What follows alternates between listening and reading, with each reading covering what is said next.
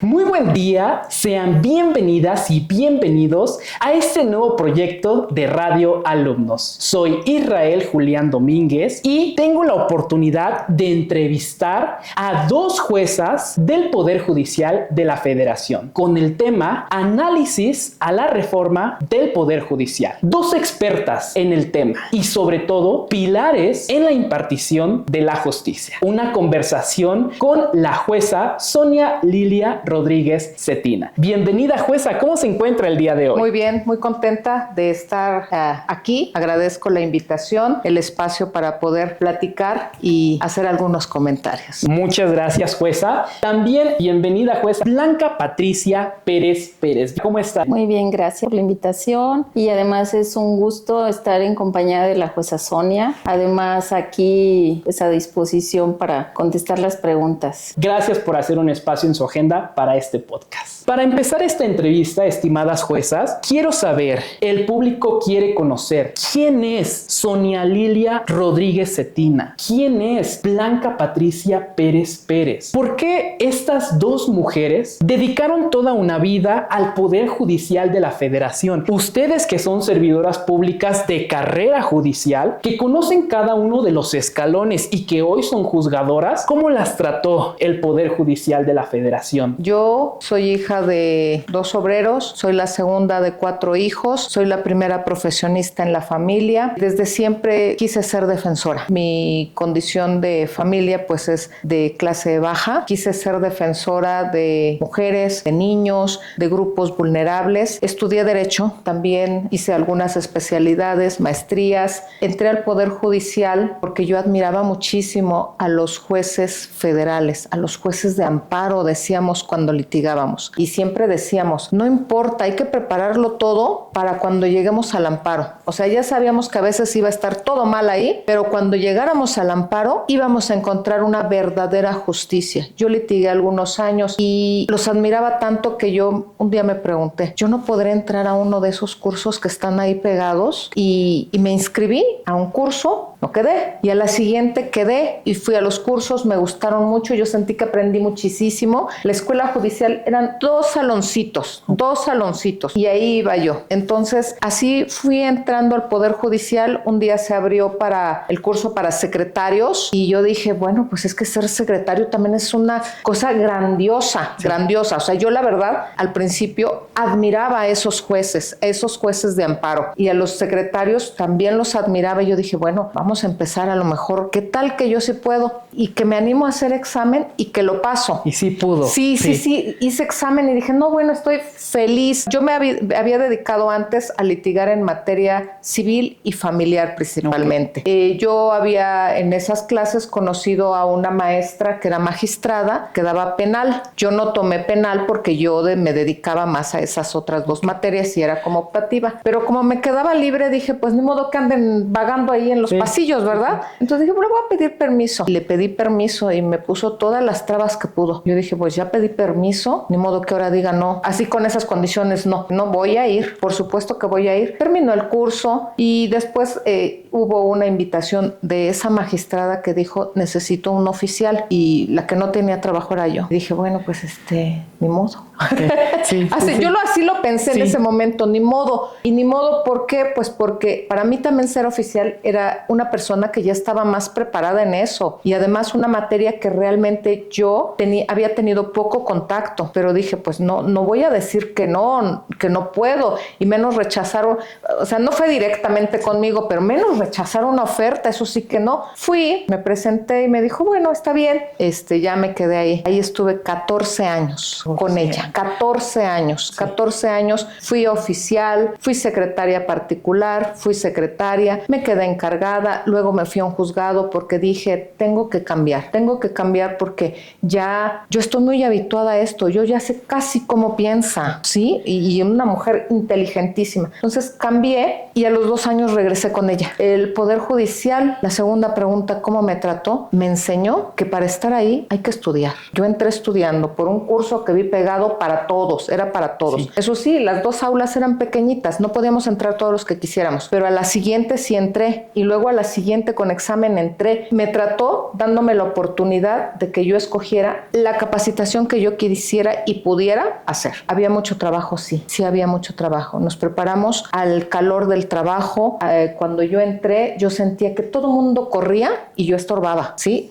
Así es esa sensación de no tener el nivel para estar trabajando en un lugar donde todo es rápido, donde todo es para ahorita, donde todo lo tienes que saber. Entonces, así me sentía, pero yo dije, pues poco a poco voy agarrando velocidad y me meto con los compañeros a trabajar. Yo me quedaba en la noche porque, pues es que en el día yo decía, pues todos están ocupados. La noche agarraba mis expedientes y así tranquila.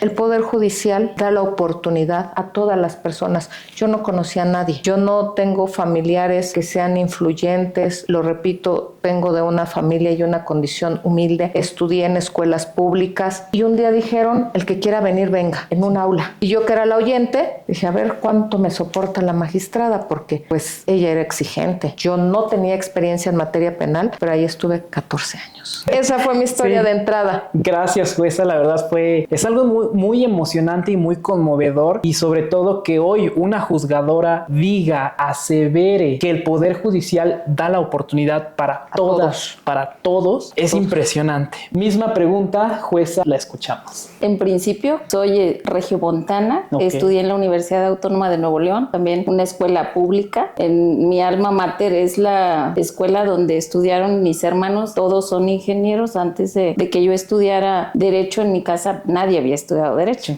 Sí, entonces fue así como una sorpresa. Desde que yo era una niña estaba apasionada en ser estudiante de leyes, decíamos nosotros, ¿no? Entonces, cuando entré en la carrera, pues lo común era que casi todos los estudiantes trabajáramos desde que estábamos en el segundo semestre. Entonces empecé sin que me pagaran, pero yo entré a otra institución, ¿no? Lo que antes se conocía como la PGR. Entonces, en el mismo edificio, en Monterrey, había juzgados de distrito. ¿Sí? Entonces ahí empecé a tener contacto, pues que los actuarios nos llevaban las notificaciones, y además pues el agente del Ministerio Público estaba adscrito a un juzgado de distrito, y es esa inquietud de qué es un juzgado de distrito, ¿no? Y pues más siendo apenas una estudiante de segundo semestre, entonces esa ilusión de tomar todos los cursos en la universidad, empecé a tener claro lo que era el juicio de amparo, y en una ocasión escuché a Ignacio Burgoa en una conferencia decir que uno de los lugares más dignos era ser juez de distrito, derivado de las suspensiones que emitía. Y entonces con aquella voz y con aquella elocuencia que lo dijo, dejó sembrado en mí esa semilla de un día seré jueza de distrito. Entonces busqué después, ya graduada, ingresar al Poder Judicial de la Federación. Estaba haciendo una maestría, tenía unos compañeros y les decía, y bueno, ¿y ustedes cómo ingresaron? O sea, ¿eso cómo se consigue? Sí. Y ya había concursos para poder integrar. Entré a la escuela, al instituto en aquel entonces, en Nuevo León, y ahí empiezo a tener de maestros, inclusive a un exministro o ministro en retiro, al ministro Palacios. Y pues esa ilusión iba creciendo, ¿no? En esas ganas de ser como ellos, porque la verdad es que no solamente profesionales, sino que los altos estándares de los exámenes, porque para poder integrarte tenías que hacer un examen. Y así, a través de hacer un examen, fue como ingresé al Poder Judicial, porque tampoco yo no tenía nadie, o sea, no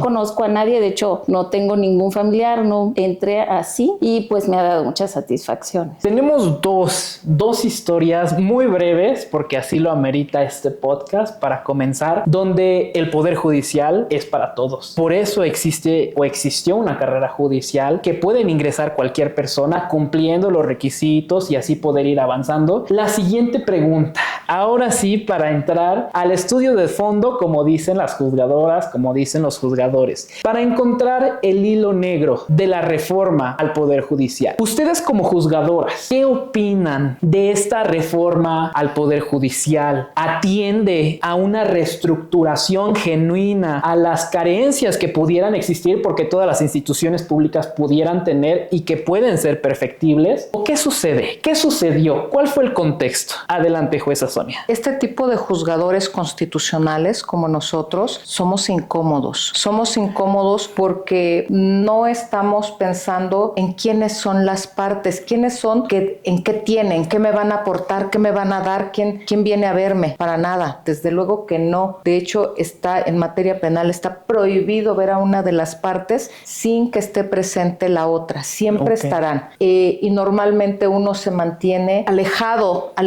de las partes para evitar suspicacias, ¿sí? Alejado en el sentido de no puedo escuchar a una sin que esté la otra. Lo que van a escuchar es totalmente transparente, ¿sí? Entonces creo que es un poder, somos incómodos, nuestras decisiones son incómodas y no se han entendido en esa forma, porque siempre van a ser incómodas. O sea, desde la misma función hay dos partes y en el caso de los jueces constitucionales, una de las partes es el Estado.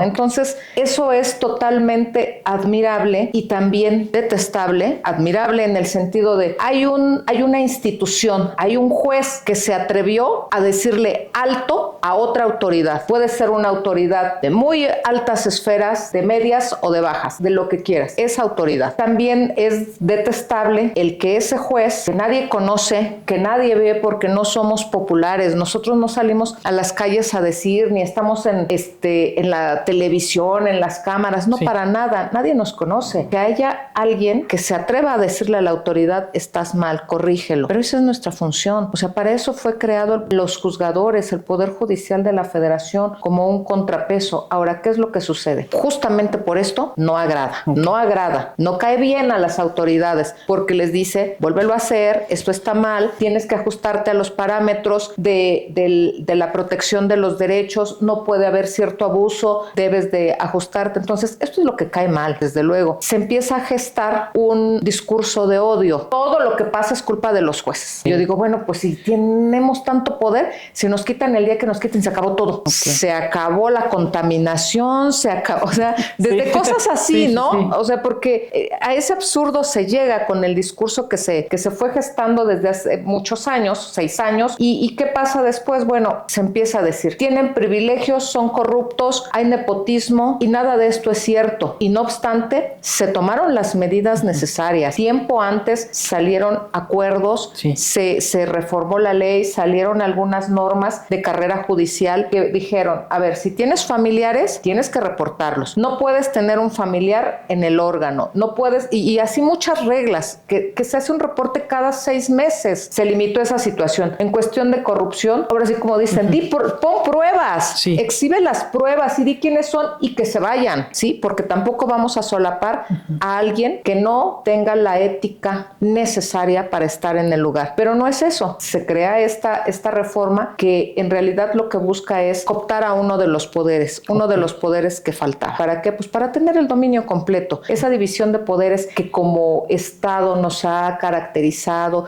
y que son los contrapesos y que es la forma en cómo se da el estira y afloja en un Estado democrático de protección de derechos, etc., no se quiere. Entonces cooptamos a todos los que son poderes y entonces podemos hacer lo que se quiera. Sí, ese es, en mi opinión, respecto de lo que ha pasado y cómo se fue gestando. Vamos a desprestigiarlos. Es cierto, la sociedad también tiene necesidad de la impartición de una justicia que sea pronta, que sea eficiente, pero hay una confusión enorme. La sociedad piensa que la falta de investigación es atribuida a un juez federal, a un juez constitucional. La sociedad piensa que por un delito de robo, el juez que le permitió algún beneficio les falló porque pues van 3 veces que roba. No, tampoco es ese juez. Está confundiendo y ahora sí que bajo esa confusión nos sentenció, creyendo que éramos otras personas, que éramos quienes investigan, que éramos quienes están llevando o realizan los actos que a nosotros llegan como actos reclamados en la mayoría de los casos, que esas mismas autoridades son las que nosotros les decimos, resuelve, llevas mucho tiempo que no has emitido la sentencia ya, ¿cuánto tiempo es el plazo razonable? Entendemos, hay una carga de trabajo enorme, pero eso no puede ser motivo para no responderle a la sociedad. La sociedad confía en todos nosotros, nos confundieron, nos sentenciaron bajo esa confusión y además creyeron lo que les dijeron. Corrupción, privilegios, ¿cuáles privilegios? Yo no soy hija de alguna persona importantísima o que alguien que me haya recomendado, yo estoy ahí por mi examen, ¿sí? Y tengo muchos años trabajando en el Poder Judicial, haciendo tomando cursos y tratando de ser mejor, y mis sentencias y mis proyectos cuando era secretaria, que hablen por mí, porque eso es lo que nosotros siempre dijimos, nuestras sentencias hablarán por nosotros, y entonces esto se gesta con una sola intención, cooptar un poder que además es incómodo, muy incómodo. A mí me surge una pregunta. Cuando usted dice que hay jueces constitucionales, ¿a qué se refiere? Estoy refiriendo a los jueces de amparo. Jueces de amparo revisan a la luz de la Constitución, de los derechos humanos, y su principal función es analizar los actos que provienen de una autoridad. Esa es la grandeza, esa fue la joya de la corona que México le dio al mundo en materia jurídica. La joya de la corona, el juicio de amparo. Un juicio donde un juez que también es autoridad, que también es parte del Estado, va a calificar los actos de otra autoridad del Estado y le puede decir: alto, no sigas violando derechos, porque tenemos una Carta Magna que los protege. Es el garante de la Constitución. Se comparte esta fuerza con la que comparte cada uno de los argumentos de cómo los juzgadores constitucionales fueron sentenciados con discursos de odio, de corrupción, de nepotismo, de privilegios que no responden a las necesidades de la ciudadanía y que por ende tenían que ser removidos. Esa es la idea que incluso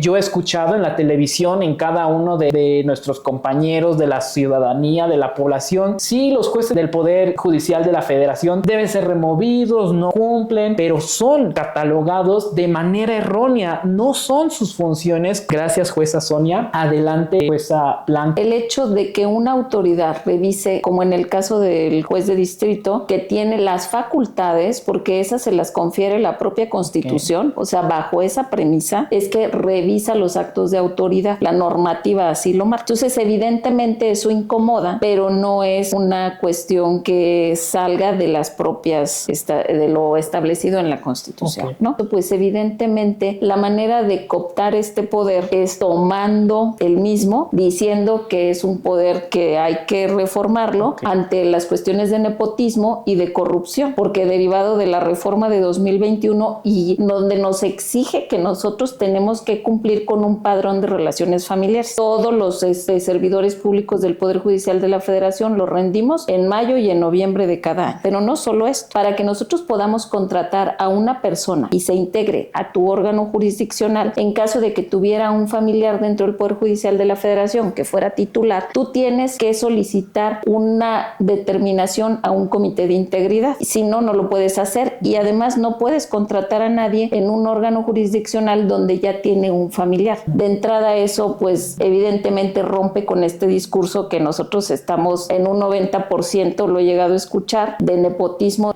Y el tema de corrupción ha sido el discurso diario desde hace años sin prueba alguna. Esto se discute en una de las materias más comunes, que es la penal, ¿no? Donde generalmente es la materia que más le llama la atención a la ciudadanía, ¿no? Entonces, si hay comentarios sobre materia penal, pues evidentemente enciende los focos rojos y crea expectativas, ¿no? Pero nosotros como jueces no podemos dejar de lado la presunción de inocencia, ¿sí? Porque normalmente, ¿qué es lo que se dice? Es que liberan delincuentes.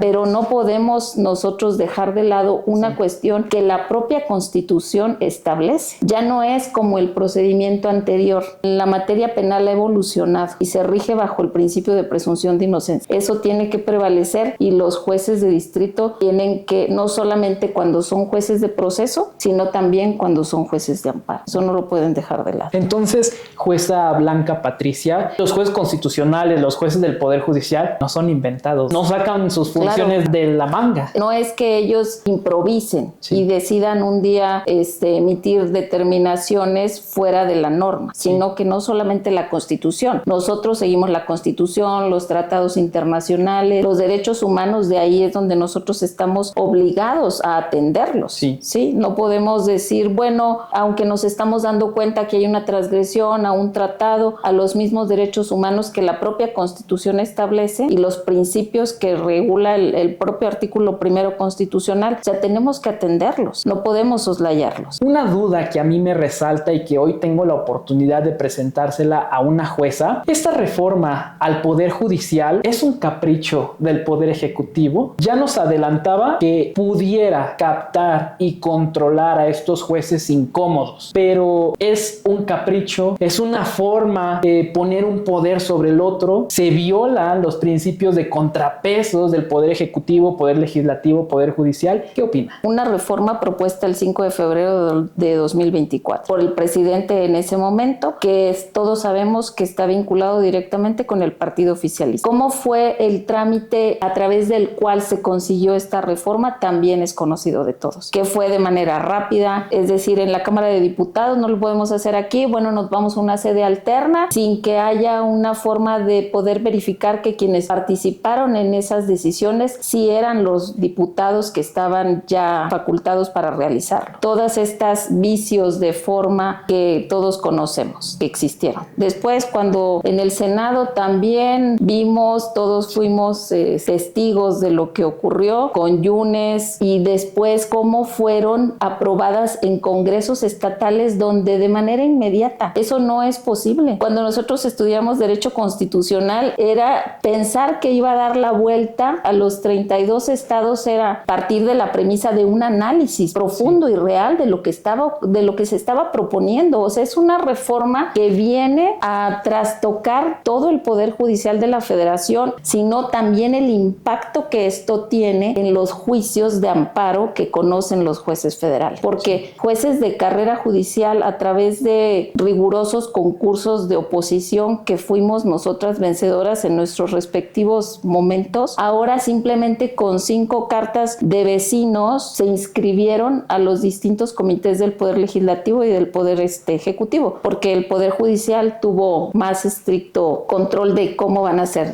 o sea, los mismos elementos, ¿verdad? O sea, para todos son iguales, pero ya ellos determinaron que será también un examen. Pero ya de entrada, si yo llego a solicitar a través de 5 cartas, tengo un compromiso con ellos. ¿Es así o no? De entrada me dieron las cartas, me inscribo en un concurso, pues ya tengo una cierta vinculación. En cambio, a nosotras nadie nos tuvo que dar una carta de recomendación. Nuestros propios méritos, nuestro propio estudio, que no fue solamente en ese año, porque duraba meses. O sea, te inscribías, entre el primer examen y el último podían ser casi 6 meses, donde todo el tiempo estábamos estudiando, además de nuestro trabajo diario. Este estudio no se ve reflejado porque lo hagas en ese momento. Es todo lo que tienes desde que entraste e ingresaste, pues es cursos, actualizaciones diarias, lo cual no vamos a ver ahora. Si una persona se acercara en este proceso de elección extraordinaria de jueces y magistrados, donde le pide el apoyo y la emisión de una de estas cartas, ¿usted la emitiría? Yo la verdad es que me da miedo que las personas crean que no tienen ninguna responsabilidad. De verdad, son responsabilidades que pueden constituir delitos y que en la función uno lo va viendo día a día. Yo desde que entré para mí fue el primer examen abierto para juez. Yo me sentí soñada porque saqué 80. Pues no pasé porque las calificaciones eran muy, muy altas, prácticamente de 100. Pero después pensé, cuando estaba ya trabajando y que yo era oficial, la categoría más baja. Qué bueno, porque no me puedo imaginar que me llegara esta libertad que le llegó al secretario. ¿Yo qué haría? Y a pesar de que tenía ya algunos años de experiencia litigando, pero son casos tan complicados, casos que realmente ameritan mucha experiencia, mucha sensibilidad y muchísimo estudio. ¿Qué le diría primero? El consejo que le daría es: verifica cuáles son las responsabilidades que tú tienes si quedas como juez. Porque cometer un delito como juez no solamente es que te sancionen, cometer un error no solamente es que te sancionen administrativamente, que te corran, que te inhabiliten, sino que puedes ir a dar a la cárcel.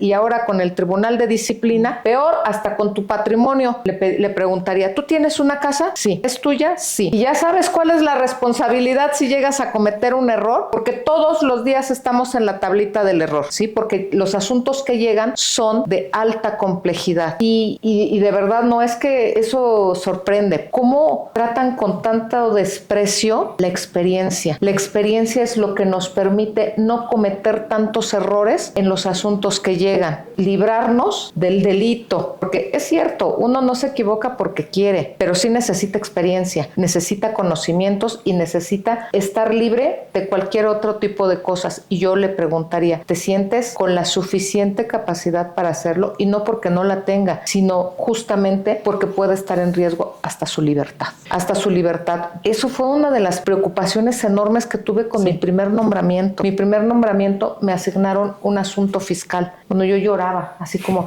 ¿y ahora cómo le hago? Pues ya tengo tiempo aquí, pero esto es muy grande, es una responsabilidad enorme. Eran unas cantidades enormes de dinero. Y aparte del dinero, yo dije, es que uno no se puede equivocar en esto. No hay oportunidad de equivocarse, no hay oportunidad de una curva de aprendizaje, porque en la curva de aprendizaje se cometen delitos y los delitos se castigan y se castigan con pena de prisión. Y además respondes con tu patrimonio. Sí, entonces eso sería lo primero que le diría. Lo primero que le diría eso y después vería qué vecino es. Sí, por supuesto, porque es que es una cosa tan, digo, a mí se me hace tan absurda una carta de tu vecino. Pues yo hasta el que pasé el perro me saluda, lo saludo.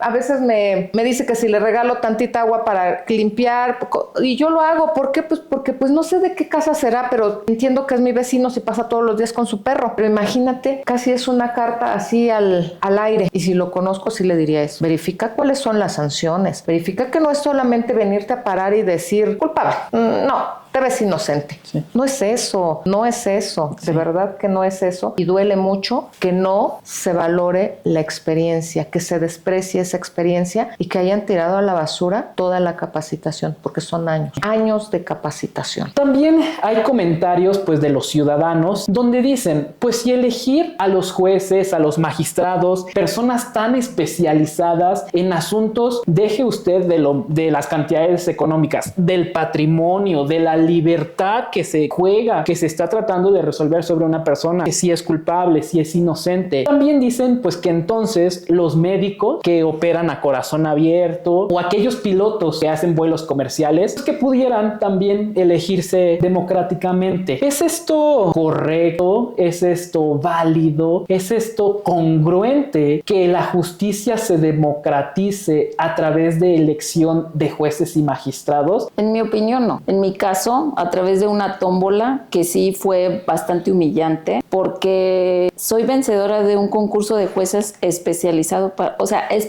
en el tema de que se dirigió para mujeres. Inclusive de manera, no sé cómo tomarlo, porque se llamaba primer concurso especializado para mujeres en la reforma judicial del 2021. Sí. Entonces, si el propio presidente de la Corte y del Consejo en ese momento consideraba que estábamos en una reforma judicial que hacía muy profesional la carrera a través de la ley de carrera judicial, que fue cuando se emitió la primera ley de carrera judicial ya especializada para el Poder Judicial de la Federación, porque antes nos regíamos bajo la ley orgánica del Poder Judicial. Tenían que pasar exámenes desde el oficial judicial, estar en listas para que nosotros pudiéramos contratar, así está actualmente, para que podamos integrar a alguien, tiene que estar en una lista, lo cual implica que cumplió con los estándares de haber aprobado un examen, ¿no? Sí. A cada una de esas categorías. Entonces, si yo como vencedora en un concurso de mujeres tuve esa ya oportunidad de romper un techo de cristal y luego me cesan a través de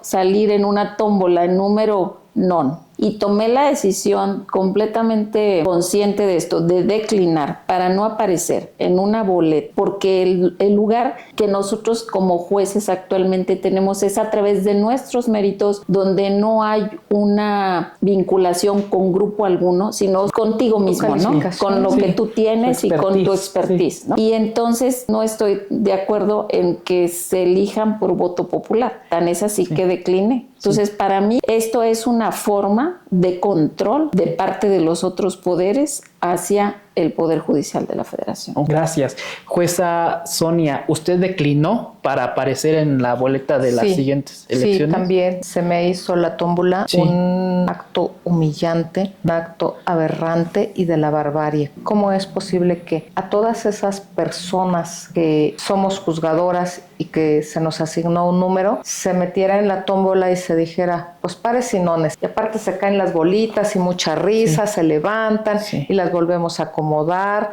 y es un acto realmente de circo y de exhibición de poder, porque eso fue la tómbola, exhibición de poder. Yo, no me importa quién seas, te quito. Hayas hecho lo que hayas hecho, tengas las condiciones que tengas, te vas. Yo también decliné. No se me hace pertinente que a los jueces federales se les elija. Los argumentos siempre fueron corrupción, nepotismo, privilegios. Y yo me pregunto, si las elecciones quitan corrupción, nepotismo y privilegios, ¿por qué las cámaras de diputados están así? ¿Por qué las cámaras de senadores están así? ¿Por qué los ejecutivos y por qué todo lo que tenga que ver con la administración? Hay muchos ejemplos, podríamos citar un montón. Solamente de esta semana sacar lo que haya salido en las noticias y ya tenemos un montón de carnita. Pero si es votación y eso lo quita, entonces ¿por qué no ha quitado eso? Es un absurdo, totalmente un absurdo. ¿Sí? Es totalmente un absurdo que ocurra eso y que sean esos argumentos tan bajos, esos argumentos sin ningún estudio, sin ningún debate. No hubo debate para nada. Mientras más debate tenga una norma, una ley, algo que se propone por los poderes que están encargados de ello, significa que hay mayor oportunidad de que participen todos los actores, en este caso con una simulación, una total simulación. Hacemos por ahí unos diálogos que nadie escuchó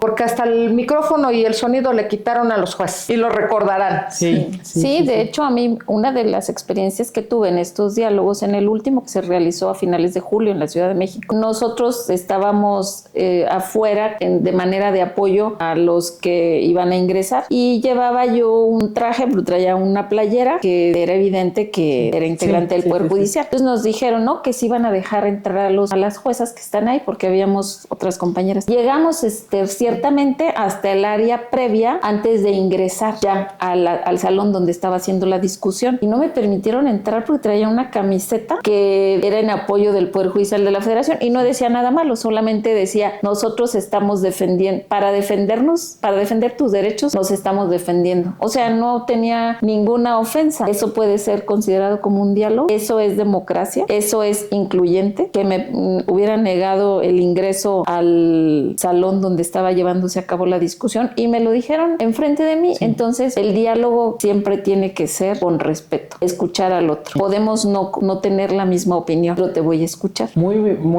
bonita frase para culminar esta participación. Todos los actos crueles, bajos, por los cuales fueron descalificados los jueces constitucionales, jueces federales, el Poder Judicial de la Federación, que estaban alejados de las necesidades del pueblo, cuando día a día se matan trabajando, estudiando, preparándose, y lamentablemente pues ganó el discurso político, ganó la propaganda masiva. Fue cierto que los jueces eran corruptos, lo compró la mayoría o una cierta parte de la población que de esa manera pudieron tener el caminito trazado para hacer una reforma al Poder Judicial, ¿no? Muy rápido. Y me gustaría decir un punto final, tomando en consideración que ambas somos mujeres, que no es cierto, no llegamos todas. Nosotras ya habíamos conseguido, a través de nuestro esfuerzo, ser titulares de órganos jurisdiccionales y una reforma cesó nuestra función. No hablemos de sueños porque al final del día todos tenemos sueños, pero nosotros ya habíamos conseguido esta titularidad de un órgano jurisdiccional y sin prueba alguna fuimos cesadas a través de una toma. No llegamos todas. Fuimos cesadas y no se consideró que dejamos muchas cosas en el camino como mujeres y que incluso en el seno de nuestras propias familias, donde no te puedes imaginar que tampoco se entienda, porque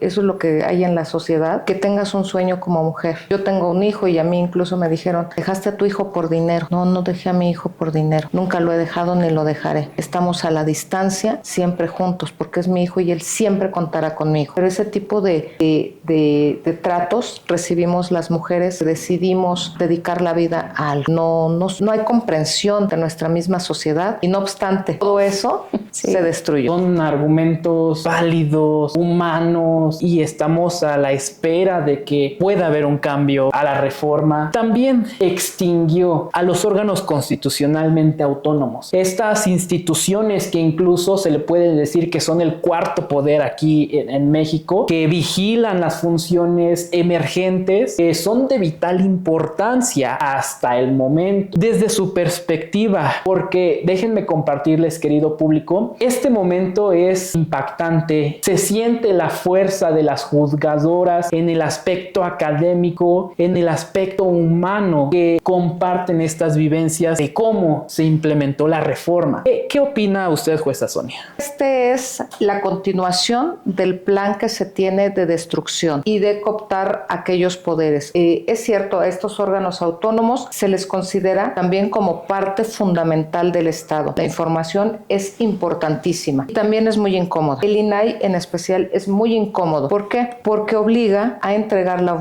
información que las autoridades no quieren entregar, ocultan o que no la entregan de forma completa o la entregan con sesgos. El INAI les dice, lo vas a entregar. Estos órganos se crean a través de lo que ocurrió en nuestro Estado. O sea, fueron logros y no es posible que los logros, que toda esa lucha que se dio para tener a este tipo de órganos, a este tipo de autoridades, a este tipo de normativa para entregar la información, esta sí, esta no, hay que cuidarla, hay cierta información que debe de reservarse cierto tiempo y vamos a irla cuidando porque tampoco toda puede estar suelta, ¿sí? Hay que tener límites por la protección de los derechos. Con esto regresamos muchos años, pero además eso no es permisible ya, no es posible que regresemos 100 años cuando la humanidad tiene 200 de adelanto y entonces ¿dónde vamos a estar nosotros? Eso es exterminio del Estado y eso es lo que se buscó, o sea, realmente seamos objetivos, se buscó. ¿Por qué? ¿Gastan dinero? Sí,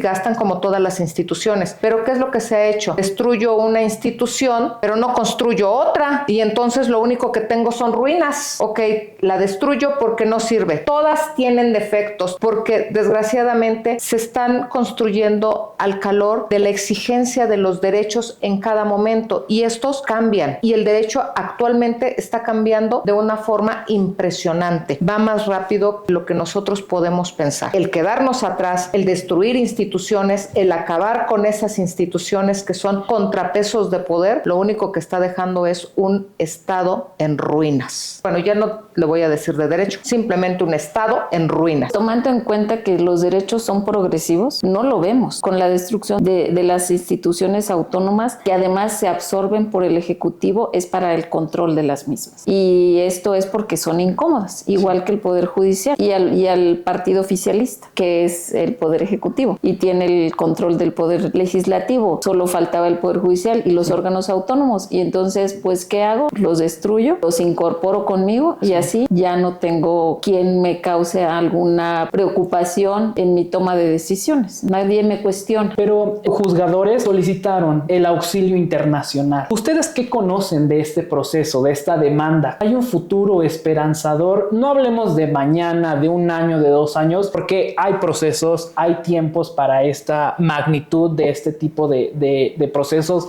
en contra del Estado, donde se demanda al Estado mexicano. Fue una solicitud, por eso se abrió esta audiencia temática que se realizó el 12 de noviembre pasado, donde se dio voz a distintas, no solamente organismos civiles, sino también a la propia JUFED. También se escuchó a los trabajadores del Poder Judicial de la Federación, a través de representados a través de otro colegio. Y esta intención fue llevar a la Comisión Interamericana la realidad de lo que estaba ocurriendo. Lo triste fue escuchar al gobierno mexicano sin ningún sustento, solamente repitiendo formalidades de cómo se llevó a cabo la reforma. Ni siquiera un análisis. Y fue tan claro que el propio Estado mexicano dijo claramente que no había ningún análisis que sustentara esta reforma al Poder Judicial de la Federación. También uno de los representantes en la propia comisión dijo, esto es de manual. Este ataque al Poder Judicial de la Federación es algo que tiene como sentido, evidentemente, tomar control del mismo. En esta audiencia escuchamos la opinión realmente de los comisionados. Están preocupados, pero sobre todo entienden que hay una grave violación Comisión de Derechos, no solamente a los juzgadores, porque la gente cree que estamos defendiendo nuestros derechos. No, por favor, no. Estamos defendiendo la democracia, estamos defendiendo la independencia judicial. La independencia judicial no es un derecho para mí como juzgadora, es un derecho para la persona que es juzgada. El día que llegue a esa instancia de un juzgado, que se encuentre enfrente de un juez, ese juez no tenga línea. Ese juez va a resolver o debe de resolver conforme a derecho, conforme a sus propias convicciones, no porque alguien le dijo, no por las ideas del Estado, no por las ideas que permeen en ese momento en la institución. Eso no, ese es el derecho del ciudadano y es un derecho enorme. Eso es lo que parece que no han entendido, que lo que se está defendiendo es sus derechos, y sus derechos porque todos somos ciudadanos y esperamos nunca llegar a un juzgado, pero si eso pasa, tener la certeza de que se va a resolver conforme a las reglas del juego. ¿Cuáles son las reglas del juego? Las normas, y no lo que yo crea, lo que yo ponga en este momento o lo que mande a reformar para partir de ayer. En este comentario, la independencia judicial, el derecho a ser juzgado por un juzgador sin color y sin partido. Claro, son los juzgadores, ¿no? Sin color, sin partido. Por eso la justicia está vendada. Ella no ve quién es poderoso. Luego dicen, nada más resuelven los de los asuntos importantes. Yo no escojo qué asuntos me van a llegar. Las partes, que son la ciudadanía, viene y me las pone en el escritorio. Esto es lo que te estoy reclamando. Resuélvelo, por favor. Eso es lo que viene. Yo no salgo a ver qué asunto me agarro. No, este está bien feo, este no. No, este está bonito, este está, voy a ser famosa. No, esos asuntos llegan a uno. La ciudadanía es la que llega y me pone esa solicitud en mi escritorio. Yo no escojo qué asuntos voy a resolver y tampoco debo de ver nunca quiénes son las partes. Quiénes son en el sentido de qué tienen, qué me van a aportar, qué puedo obtener. No, para nada. Y en este mismo sentido lo dice las voces del pueblo, la ¿no? voz populi. La voz populi. Los nuevos jueces por elección extraordinaria les dicen jueces del bienestar. ¿Conocen si ya entraron en función, si ya resolvieron algún asunto? Realmente las elecciones extraordinarias serán en junio del año 2025. Entrarían en funciones hasta el septiembre del 2025. Actualmente los jueces que estamos aún, porque derivada de esta reforma también muchos jueces, magistrados, juezas y magistradas tomaron la decisión anticipada de jubilarse, impulsados por esta situación de reforma, no por una decisión personal. Entonces, actualmente los jueces que estamos en funciones somos jueces de carrera judicial. Pues eso le da una tranquilidad a la ciudadanía porque, como bien dice la jueza Sonia, no hay oportunidad de curva de aprendizaje. Sobre todo, actualmente la mayoría de los juicios que son de proceso y de los cuales conocemos los jueces del Poder Judicial de la Federación, que son la materia penal, que es la que más llama la atención, o en materia mercantil, o ya que entra en vigor el nuevo Código Nacional de Procedimientos Civiles y Familiares. Todo es en audiencia. Entonces, en audiencia tú no tienes la oportunidad de estar viendo una curva de aprendizaje. Tú entras a una audiencia, las partes tienen el derecho de que sea un juez independiente, imparcial y capacitado. ¿Estamos de acuerdo? Sí. Entonces, eso es lo que tiene derecho la ciudadanía a recibir, y la responsabilidad del juez que está ejerciendo de ser un juez independiente, imparcial, capacitado para resolver la situación, porque en una audiencia te puedes enfrentar a lo que las partes digan en ese momento y lo tienes que ir resolviendo. Los jueces también sienten nervios de cómo resolver algún asunto, de que un litigante les haga una solicitud en tal artículo o con tal fundamento. Sé que ningún juicio es igual. Los jueces también, como los litigantes, tienen nervio en alguna ocasión. En mi caso, que llevo audiencias diariamente, pueden ser hasta 5 o 6 audiencias diarias, creo que es más bien esta responsabilidad de estar siempre atento en la audiencia, de estar capacitado, de tener claro el tipo de juicio en el que estás y cuáles son los derechos de las partes. Debes de conocer el procedimiento que estás aplicando y estar siempre atento. Evidentemente puedes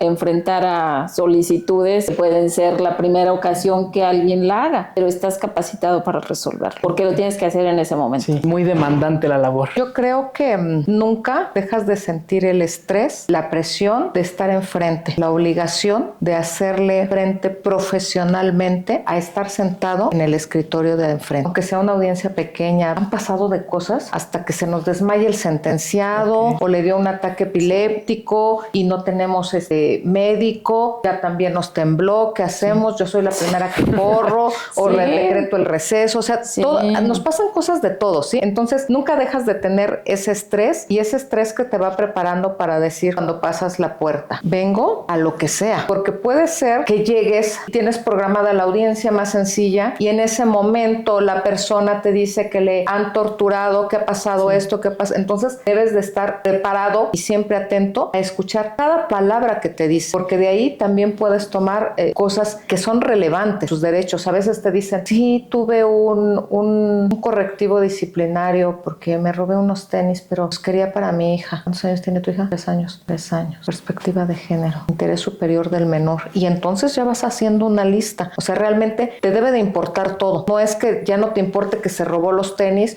o que entregó que vendió sus tenis para obtener un poco de dinero para darle a su mamá para que le comprara la medicina al niño, a la niña. Entonces todo eso tienes que estar perfectamente, ahora sí que preparado para atender las pequeñas comentarios o a veces comentarios enormes o a veces las partes se desbordan porque esto también es de emociones y los niños debo de estar preparada porque ellos no van a declarar, porque ya está el asesor, ya está el apoyo emocional, todo ese tipo de cosas. Hasta apoyo emocional empiezan a declarar las señoras y digo, bueno, pues es que esta audiencia no tenía nada y se desvanecen llorando, traen algún tema, entonces hay que atenderlo y no podemos decir, señora, no es momento. Sí. Sí, ese tipo de cosas debemos de estar siempre preparados. Nunca pierdes el estrés de abrir esa puerta y entrar y decir, yo estoy aquí para velar por todos los derechos y de esto debe de ser profesionalmente. Me acordé porque a mí me tocó, me acuerdo muy bien, el 8 de diciembre del 2023 hubo un sismo y estaba en audiencia y de la concentración no escuché la alarma sísmica hasta que me dice el Ministerio Público, está sonando la alarma sísmica. Y entonces mi preocupación era que no fueran a llevarse al sentenciado para que la audiencia continuara. Entonces, porque él estaba ¿qué hacemos? ¿Cómo lo resguardamos? En un centro, en otro lugar y cuando ya nos dieron oportunidad de regresar, continuó la audiencia. A esos niveles debemos de estar preparados. Y todo eso se está echando a la basura. Sí, a esos niveles incluso de tener personas de alta peligrosidad ahí y ¿qué vamos a hacer? Yo salgo corriendo y salvo mi vida y lo demás que pase. No, necesito también resguardar que no se me vaya a fugar, resguardarlo a él, darle contención emocional a quien la necesite. Bueno, yo no, pero sí implementar las medidas necesarias. Muchas gracias a ambas juezas. Una penúltima pregunta para no perder esta fuerza con la que va la entrevista. ¿Cómo puede el Poder Judicial de la Federación recuperar su legitimidad, su confianza en las personas hoy que está en la adversidad de esta reforma al Poder Judicial? Ciertamente, antes partíamos de esta premisa de hablamos por nuestras sentencias, pero creo que enfrentarnos a la realidad de esta reforma motivó que el Poder Judicial de la Federación, a través de las personas, o sea, tanto trabajadores unidos, titulares, con ellos, sí dimos una muestra de unidad para hacer conciencia a la ciudadanía de que nuestra lucha era para defender el mantener la independencia judicial, que esta independencia fuera para que los ciudadanos sintieran esa tranquilidad de que jueces independientes, imparciales, como se merece la ciudadanía, como se merece México y como se merece cualquier ciudadano. Y ellos ya están preocupados. He escuchado que en audiencias o en escritos dicen, queremos que nuestros asuntos se resuelvan por los jueces de carrera judicial. Realmente la reforma está. Eso es algo que es una realidad. Es preocupante lo que va a ocurrir, pero ¿qué nos deparará el futuro o cómo se implementará? Ya está dando problemas desde cómo se va a poder llevar a cabo la elección extraordinaria. Sin embargo, solo el tiempo pondrá a cada quien en su lugar. En mi caso, pues yo decliné participar en esta elección extraordinaria. ¿Qué pasará en los siguientes meses de aquí a que esta se lleve a cabo? No podemos más que, ahora sí que solo el tiempo lo dirá y pondrá a cada quien en el lugar hablar de la historia. En mi caso me siento con la dignidad de ver a mis hijos a la cara y decir, estoy comprometida con mi país, juré, haría cumplir la Constitución y eso es lo que estoy haciendo y haré hasta el último día que esté como jueza de distrito en funciones. Has dicho algo muy cierto. Hicimos un juramento en el cual nos comprometimos a velar siempre porque la Constitución fuera cumplida. Una verdadera Constitución, no una Constitución que fue aplastada por principios que son contrarios a la propia Constitución, que estableció la división de poderes, la independencia y las formas en que tenía que tratar de llevarse a cabo el actuar de cada uno de estos actores del Estado. Yo creo que como Poder Judicial, lo dije al principio, fuimos condenados por un delito que no cometimos, porque nos confundieron, como le ha pasado y la sociedad se ha quejado mucho. ¿Qué puede hacerse? Pues primero, hacerles saber realmente quiénes somos nosotros. Todos están invitados a ir a las instalaciones del Poder Judicial y ver las audiencias. No es que el juez diga, sí, como este tiene mucho dinero, como es no sé quién, no, esto mucho depende del propio sistema y la estructura de cómo está creado y cómo está diseñado el sistema penal. Este sistema penal participa las fiscalías y participa la defensa. Entonces, cada uno tiene sus funciones. Si alguna de las funciones está fallando, ahí puede haber un problema. Si no está capacitada, ahí puede haber un problema. Están invitados a verla. Segundo, seguirles explicando que no somos lo mismo, que justamente nosotros corregimos los errores que vienen de otras autoridades, corregimos que se están tardando, corregimos que cometieron alguna violación de derechos, porque no solamente vigilamos a autoridades del Ejecutivo o del Legislativo o de cualquier otro, sino que también a las propias judiciales de unos rangos menores o entre nosotros también. Y también les decimos, alíñate con los derechos. Le vas a respetar los derechos siempre, ¿sí? Porque eso fue lo que nosotros juramos. La mañanera de los jueces es muy ilustrativa. Es los lunes y los viernes de 8:30 aproximadamente a 9:10, 9:15. Y ahí se explican cuáles son las resoluciones que han mencionado como un acto de corrupción de los jueces y explican, esto fue por este motivo, y va el propio juez que lo dijo y explica qué fue lo que ocurrió, qué fue lo que pasó ahí y por qué fue ese resultado. Entonces es una forma de irles explicando quiénes somos, qué hacemos y que no nos confundan. Esto no lo hacemos nosotros, esto fue otro y participó aquí, o este ni siquiera participamos y a mí me lo pusieron como que era mío. Y entonces no, ese tipo de cosas. Y también se explican otras situaciones que van ocurriendo y es muy, muy positivo. Y yo creo que yo nunca había ido a una marcha desde que la primera marcha en mi vida fue ahora que ocurrió todo esto. Fue la primera marcha en mi vida y créanme que luchar por los derechos de mi hijo, de mis hijos, de los pequeños, vale la pena. Y no son los míos.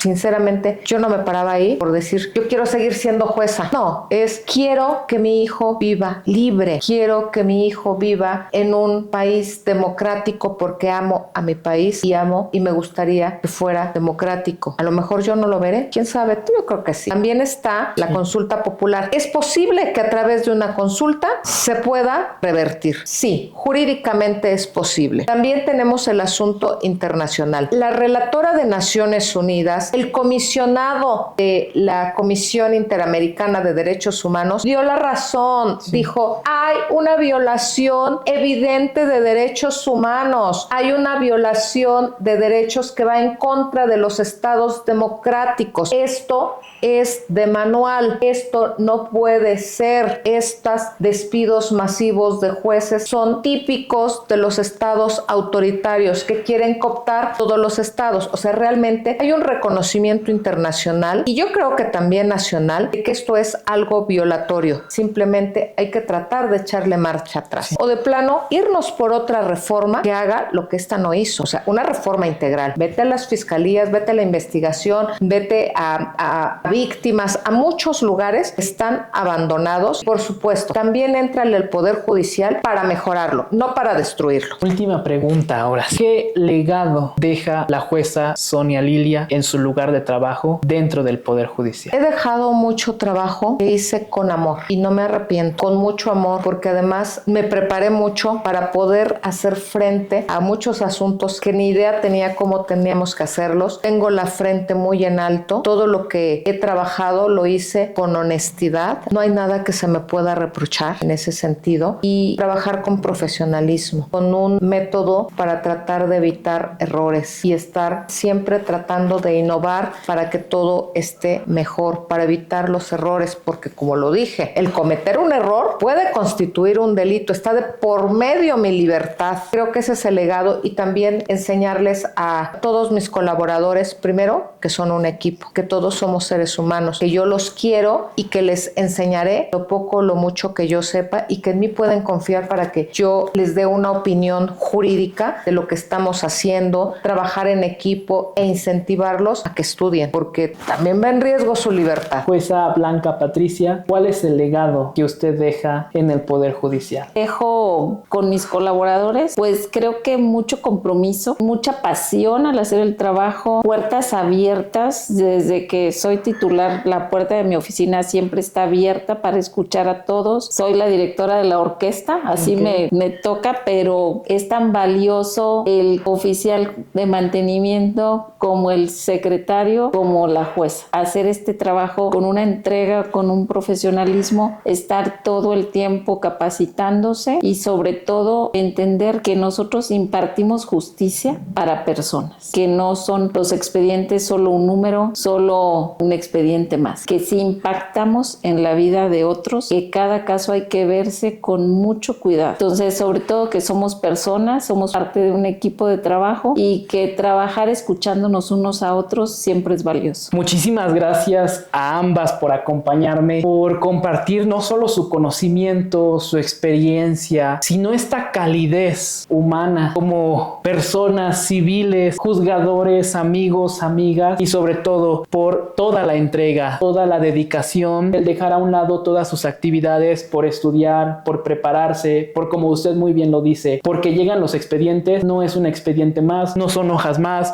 no es un inculpado más, no es un delito más, son personas que defienden el Poder Judicial y son sus derechos humanos quienes están defendidos por ustedes. Muchísimas gracias a cada una, a la jueza Sonia Lilia. ¿Algún último mensaje? En realidad es, no se dejen llevar por lo que todo mundo dice, por los discursos de odio, dense la oportunidad de conocernos realmente, vayan a las audiencias, vean cómo trabajamos los jueces, vean la mañanera de los jueces. La verdad es que a mí me encanta, explican los asuntos súper bien, me entero de algunos asuntos que ocurren y la verdad siempre están al día. Y lo dan expertos con un lenguaje más sencillo, porque luego eso es de lo que se queja la población, es que no les entiendo. Yo tampoco. Pero ellos lo dan de una forma muy sencilla y se entiende bastante bien. Está la persona que lo dictó, que digo, de primera mano nos enteramos qué fue lo que hizo, por qué lo hizo, qué fue lo que ocurrió. Y otra, pues también que participen en la consulta ciudadana, porque se están dejando puras ruinas. Si viéramos que están poniendo un edificio, nosotros lo aplaudíamos. Lucha de muchos años para acabar en esto, para regresar, cuando ya no estamos en tiempos de regresar. Eso es lo que les puedo decir, y que no hay privilegios. Somos gente que vino del pueblo, que estamos en el pueblo, nos esforzamos mucho y seguimos ahí. O sea, no somos diferentes, ni tampoco tenemos millones de cosas, ni de dinero, ni de nada. O sea, no es así, tenemos nuestro trabajo y nada más, y nos ven ahí en el supermercado, en el mercado también. Sí, o sea, nada extraño. Somos personas, somos madres de familia, hijas, hermanas, amigas. También nos preocupamos en estar no solamente al día en el trabajo, sino que tenemos el compromiso a la par de hijos, y eso evidentemente nos hace sensibles a las necesidades de las personas que acuden ante nosotros y que resolvemos, porque sabemos la importancia de lo que tenemos en nuestras manos y nuestra responsabilidad. La ejercemos con mucho compromiso y creo que sí hemos conseguido que la gente se dé cuenta de quiénes somos. Creo que el habernos impulsado a salir a las calles, a tomar las redes, al haberse creado esta mañanera de los jueces de los lunes y los viernes, dio la oportunidad de que conozcan a los jueces, que somos personas, que somos maestros, que también buscamos impulsar a nuestros alumnos a a ser cada día mejores, a que trabajen para hacer de este México un mejor país. Sin embargo, evidentemente esta realidad del Poder Judicial de la Federación, llevando consigo no solamente el cese masivo de jueces y magistrados, sino la integración de gente que no va a estar como nosotros con esta independencia, sino que va a tener lealtades, y creo que eso no es lo que la ciudadanía merece. La ciudadanía no merece que una cirugía especializada la haga un médico general que acaba de salir de la universidad, que es su primera cirugía. No merece ser experimento. Yo creo que eso sí no lo merece. Y desgraciadamente cuando eso pasa hay responsabilidades médicas, y en este caso también puede ocurrir eso. Eso es realmente devastador, porque así como se pueden morir las personas, pueden quedar otras en prisión, pueden quedar otras sin patrimonio, puede dañarse gravemente a los menores, a las madres, a muchos grupos vulnerables. Creo que esto hay que repensarlo. Punto. Muchísimas gracias a ambas juzgadoras por acompañarme el día de hoy en esta entrevista tan cálida, tan humana y tan interesante. Síguenos sintonizando en nuestro próximo episodio en este podcast. Yo soy Israel Julián Domínguez y esto fue todo. Gracias, hasta luego. Bye.